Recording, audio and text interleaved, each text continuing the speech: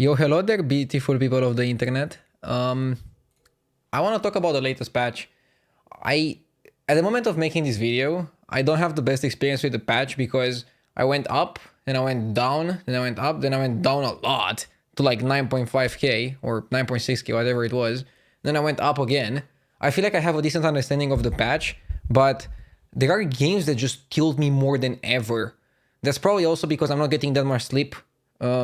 Because of my new dog Tokyo.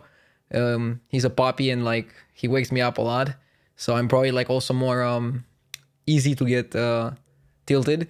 But I'll try to play more in the next days with a clean approach. Overall, I actually like the patch a lot. I really like Amalgam not being in the game, but I still feel Amalgam as a 3-star unit with less stats, like 2-2 or 1-1 or 3-3, whatever, could work.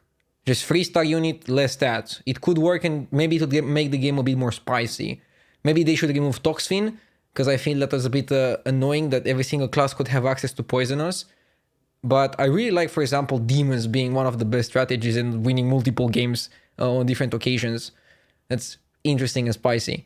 Anyways, let's talk about the tier list, because that's why I'm making this video. So, I put Curator in a special tier. People say he's S tier, so I was joking that he's ass tier for me.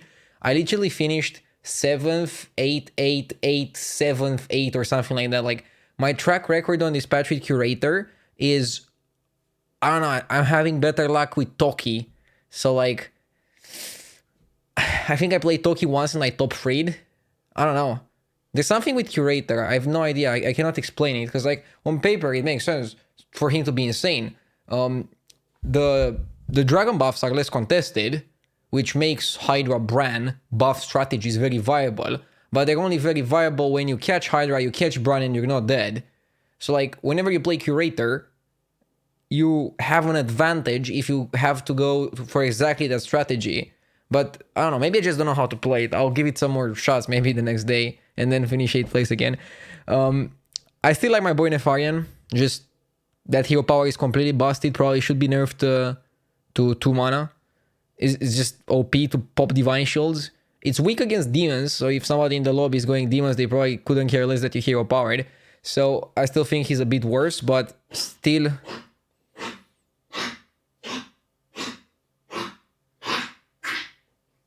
Yeah, my dog makes some very weird sneezing sounds. I explained it on stream multiple times, but I want to explain it also in the YouTube video. He's sick. He has a cold. I mean, he's not doing that bad, but like, he has a cold and he makes weird noises. People on stream really freak out when they hear it. He's okay. He's a good doggo. Good doggo. Other than destroying my shoes, he's a very good doggo. So, Yogg, I like it a lot. Again, probably also too powerful. Maybe it should steal a minion and give it only +1 attack. Giving it +1/1 is very insane. There's 2 ways to play Yogg.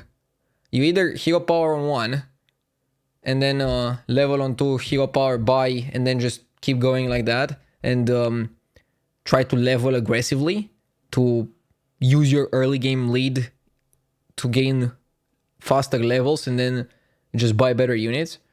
Or you can go hero power on 1, and then on turn 2, if you either hero powered into a token generator, or if you are offered a token generator on turn 2, you can go buy the token generator, sell the token, hero power on 2, and then on turn 3 you can hero power again and level up.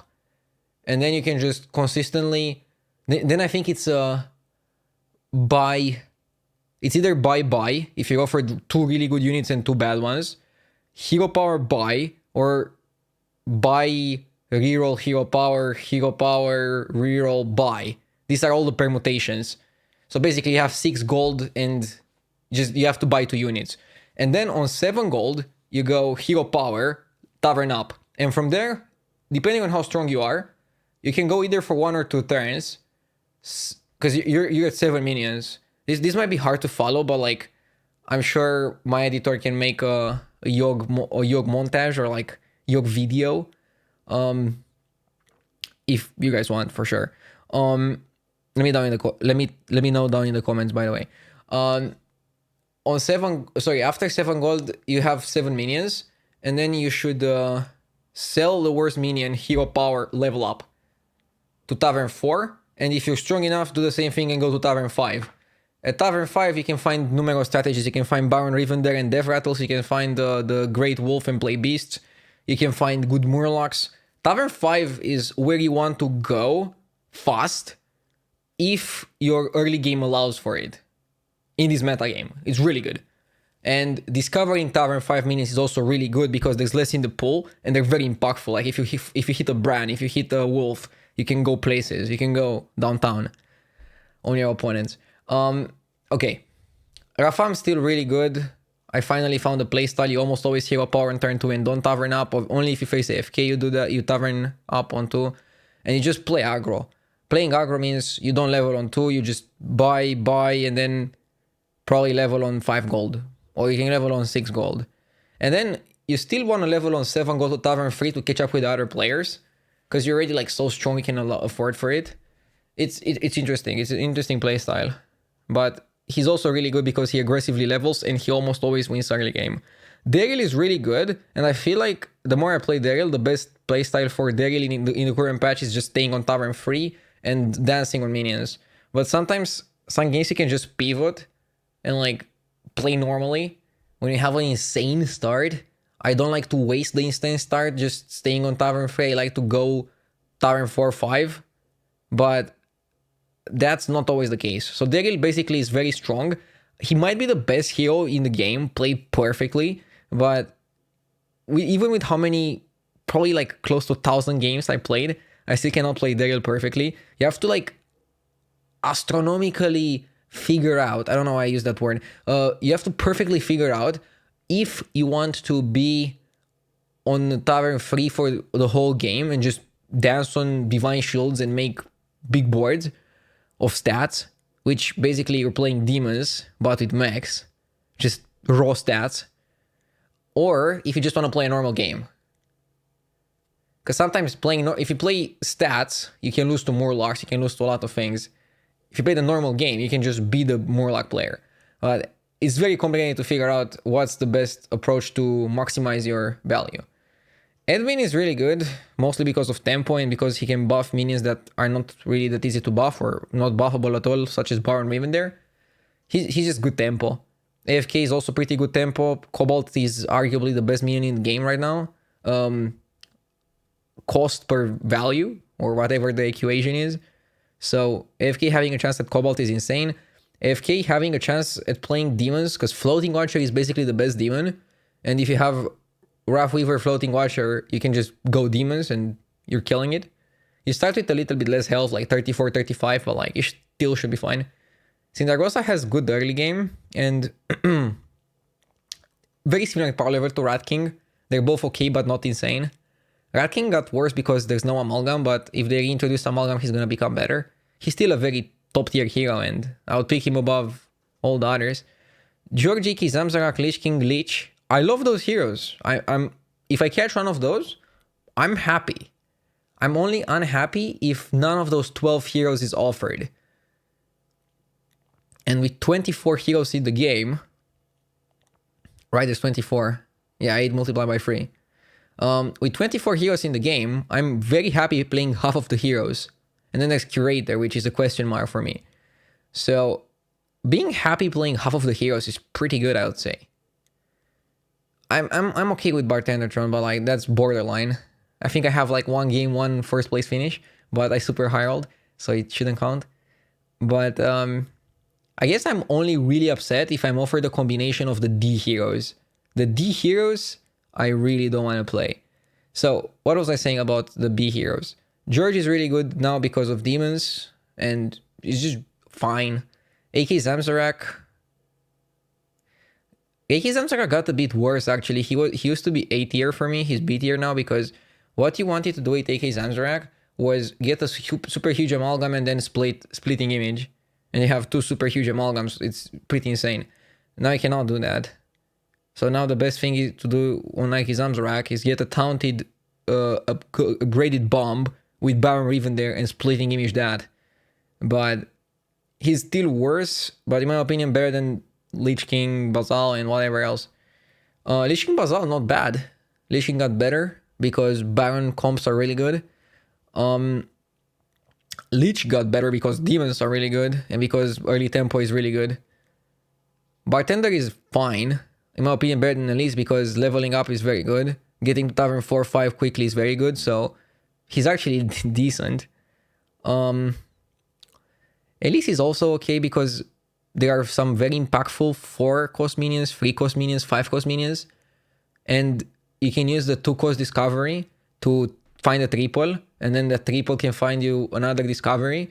So Elise is okay. Maybe she should be rated higher. I just don't play her often because if I'm offered any of the other 12, I'm usually comfort picking them over the Elise. But if I would be offered the Elise more with garbage heroes, I'm obviously always picking Elise. So I don't mind her. She's fine. I'm okay playing Elise. Runouts I really don't like just because of how much it costs to hero power. Same for Shadowwalk. But their hero powers are actually useful. For example, Sylvanas is unplayable garbage. So like I'm always picking expensive hero powers that are in good in niche situations over like unplayable garbage. Toki maybe should be C tier. She's not that bad since the meta slowed down a little bit compared to the last time that we played. Still not my cup of tea. Or my cup of Toki. Yeah, okay. But too late to make a bad joke. I'm recording this video at 3 a.m. so I should probably stop with these cringy jokes and keep them for tomorrow's stream. Patchwork. I mean, I'm always picking him over the unplayable hero powers. So there's that, but 10 extra health is worthless. Finley, I just never pick. Same for Sylvana, same for Jeraxus, same for this. I just don't play them. If I'm offered a combination of those, I don't even know what I'll do. I'll flip a coin, I'll let chat decide, I'll pick Jeraxus for the memes. I don't know. I really don't like them. I think they're absolute garbage. And yeah. But I don't know if reintroducing Maleficent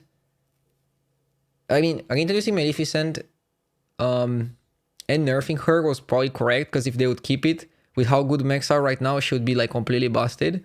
But with the nerf, she's completely unplayable. So like, I think they should just redesign her hero power to make it something more interesting.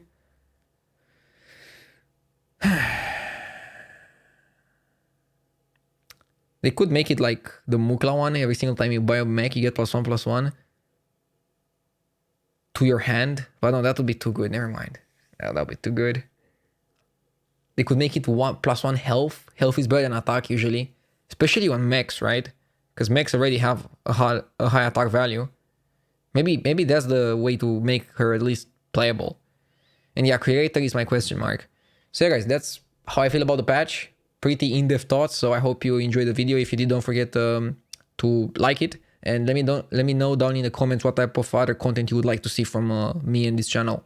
Thank you very much for watching again, and I wish you great holidays and an amazing experience in Battlegrounds. See ya.